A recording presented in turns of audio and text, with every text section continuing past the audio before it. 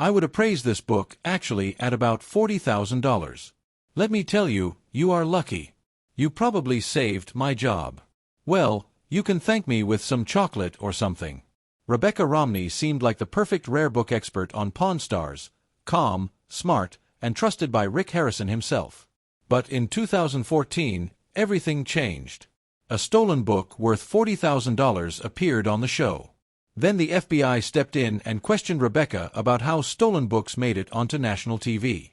By January 2015, she vanished from the show without explanation. No goodbye, no official statement. Today, we're uncovering what really happened behind the cameras and why the truth was buried for so long. Rebecca Romney was born on April 6, 1985, in the warm desert city of Phoenix, Arizona. Back then, nothing about her life pointed toward rare books or million-dollar manuscripts. In fact, she once joked that old books were boring relics for old men. Her dream was to become a philosopher, or maybe a translator. She loved languages, ideas, and deep conversations, things that had nothing to do with the auction world she would one day dominate. At 18, she went to college thinking she'd spend her life in classrooms. By 22, she had mastered 5.5 languages: English, French, Japanese, Latin, Ancient Greek, and even some Old English. She taught herself by studying for 12 hours a day. She once translated a 300 BC Greek papyrus for a university exam and aced it. Professors were shocked, and her skills would later help her uncover forgeries that could have cost collectors millions. Between 2003 and 2007, she studied philosophy and classical studies at Brigham Young University. While her classmates were choosing safer majors, Rebecca was busy debating free will in 4-hour seminars and decoding ancient texts in their original forms. She took extra classes, pulled off a perfect GPA, and graduated with honors. Her thesis involved comparing 2nd-century Greek fragments of Plato's Republic. Nobody knew it then, but this strange mix of philosophy and ancient language was preparing her for something incredible. In 2007, just after graduation, she made a mistake that changed her life. Rebecca applied for what she thought was a basic management job at Bowman Rare Books in Philadelphia. But when she walked into the interview, she realized she'd misunderstood the job posting. It was for a rare book specialist, something she knew nothing about. She almost walked out. Instead, she stayed, admitted she had no experience, and got the job anyway. Her language skills caught their attention, and that was enough.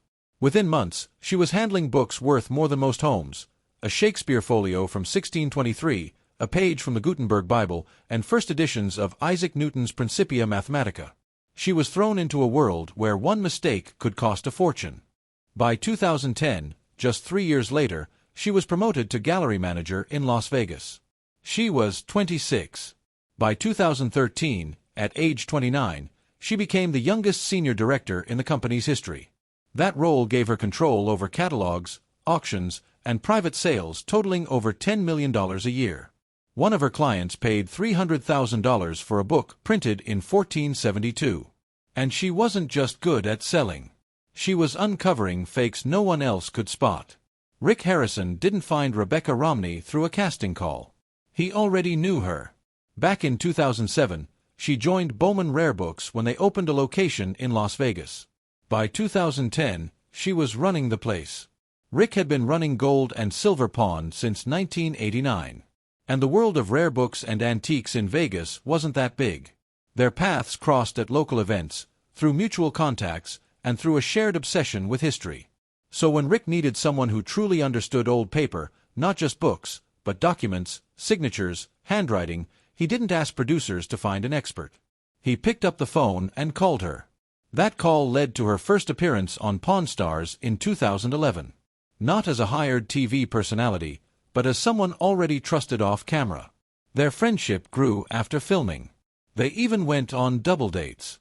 And fans had no idea that the comic smart expert on screen wasn't just a good fit. She was handpicked. When she stepped in front of the camera for the first time in Season 4, April 4, 2011, she was handed a stack of Civil War-era papers.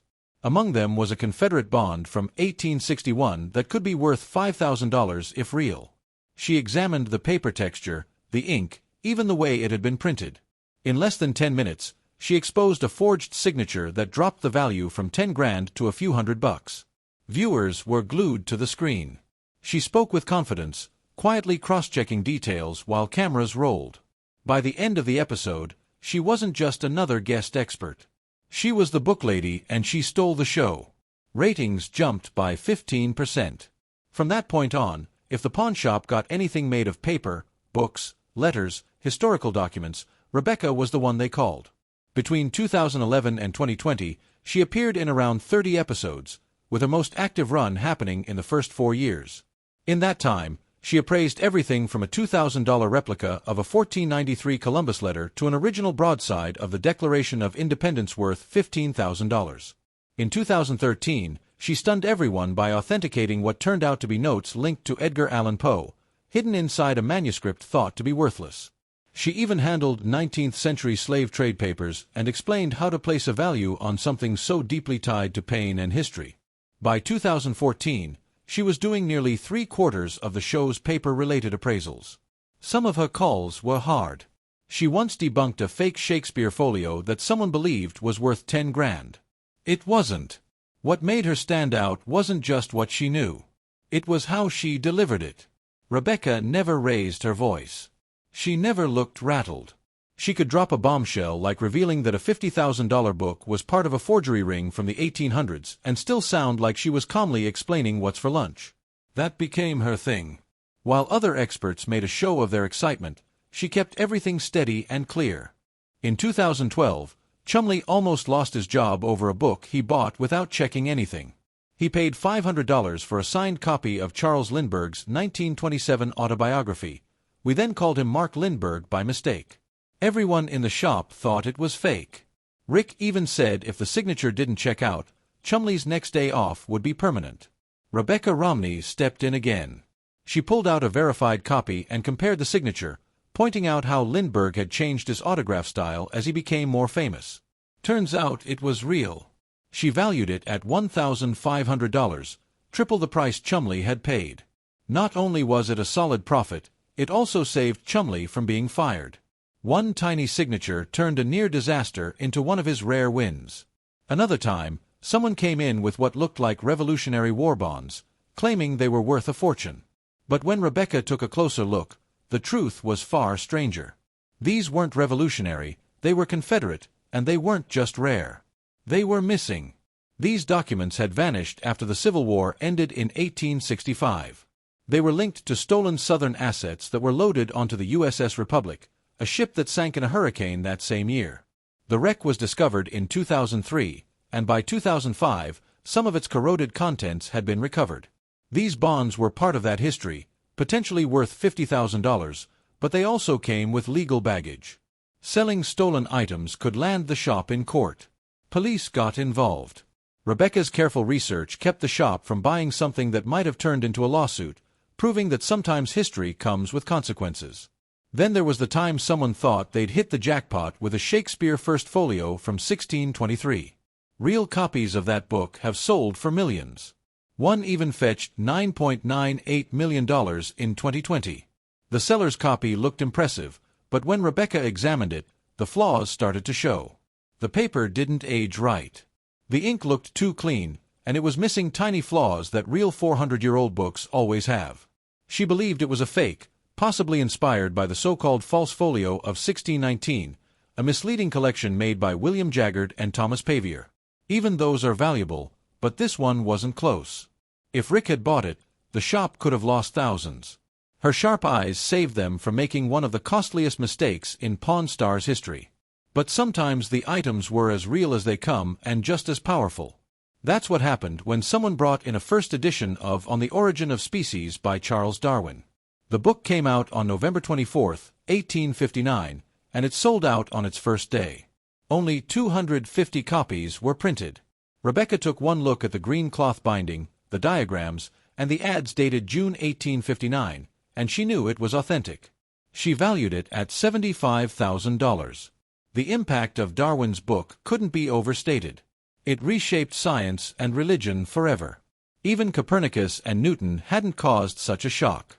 Some copies, especially those with Darwin's personal notes, have sold for over $500,000. Later editions aren't nearly as valuable. For example, The 1862nd edition, where Darwin removed his odd whale bear story, is only worth around $9,500. But that first printing changed everything. And this one sitting in the shop was the kind of find that most collectors dream about.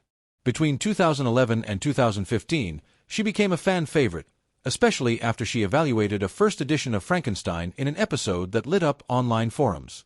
That book was worth $20,000, and so was the reaction it triggered. People started calling her the Book Whisperer, and she quickly gained tens of thousands of followers. Viewers begged producers to give her more screen time. Some even asked for a spin-off. But not everything was perfect behind the scenes. In 2014, an episode of Pawn Stars aired that would quietly set off one of the show's strangest and most unsettling rumors. A man walked into the gold and silver pawn shop claiming to have a rare 1841 edition of the Book of Mormon. Rebecca Romney, the show's rare book expert, examined it carefully and estimated its value at $40,000, but the seller wanted $100,000. After some back and forth, Rick Harrison managed to buy it for just $24,000. On the surface, it looked like another good deal for the shop. But then things started to unravel. Whispers spread that the book was stolen from the Marriott Library at the University of Utah. Not long after the episode aired, federal agents allegedly stepped in. The FBI, according to these rumors, seized the book and left the pawn shop with nothing.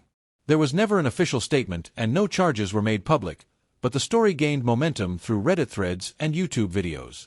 In late 2014, around the time the FBI supposedly got involved, Rebecca Romney was said to have been questioned by federal agents. According to those whispers, the agents wanted to know how stolen historical books could make it onto national television without raising alarms. This wasn't an isolated case. In 2015, the FBI had already returned stolen books to the National Library of Sweden.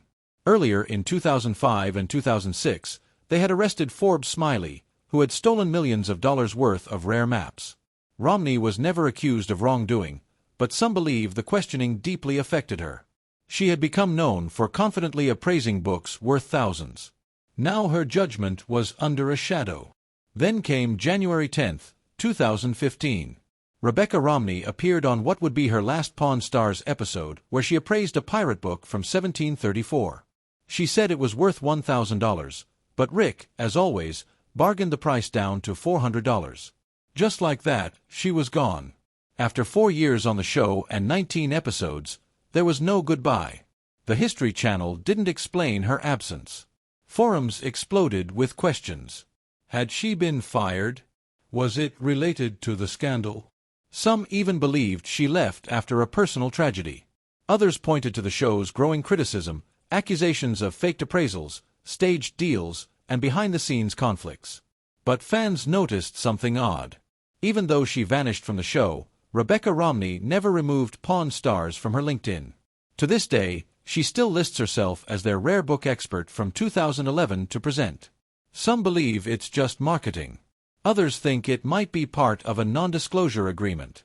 Either way, it keeps her linked to a show she hasn't regularly appeared on in years. In 2016, she moved to Philadelphia.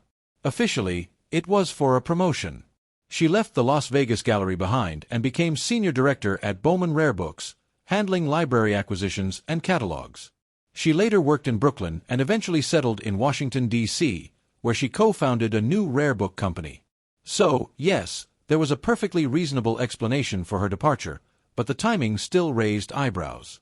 Why did the move come just months after the Book of Mormon scandal? Was it really just career growth, or was something else going on behind closed doors? By 2022, fans got a brief glimpse of her again. In a special episode of Pawn Stars Do America, she rejoined the crew in Washington, D.C., and appraised another pirate book. Her chemistry with the team hadn't changed. She teased Chumley. She joked with Corey, but it only made her long disappearance more confusing. In 2016, Rebecca Romney married a man who shared her love for books, J.P. Romney, an author and historical researcher. What made the story even more unusual was that J.P. had family ties to one of the biggest names in American politics. He was distantly related to Mitt Romney, the man who ran for president in 2012 and pulled in nearly half the nation's votes. Through this marriage, Rebecca found herself loosely connected to a dynasty that included former Michigan Governor George Romney, who held office from 1963 to 1969. But despite all these links, she's never met Mitt Romney. The connection was real, but distant, more name than relationship. At the time, her fame from Pawn Stars was still fresh. She had been on the show from 2011 to 2015, even once appraising a rare 1507 map worth $1 million. But by 2023, the marriage had ended.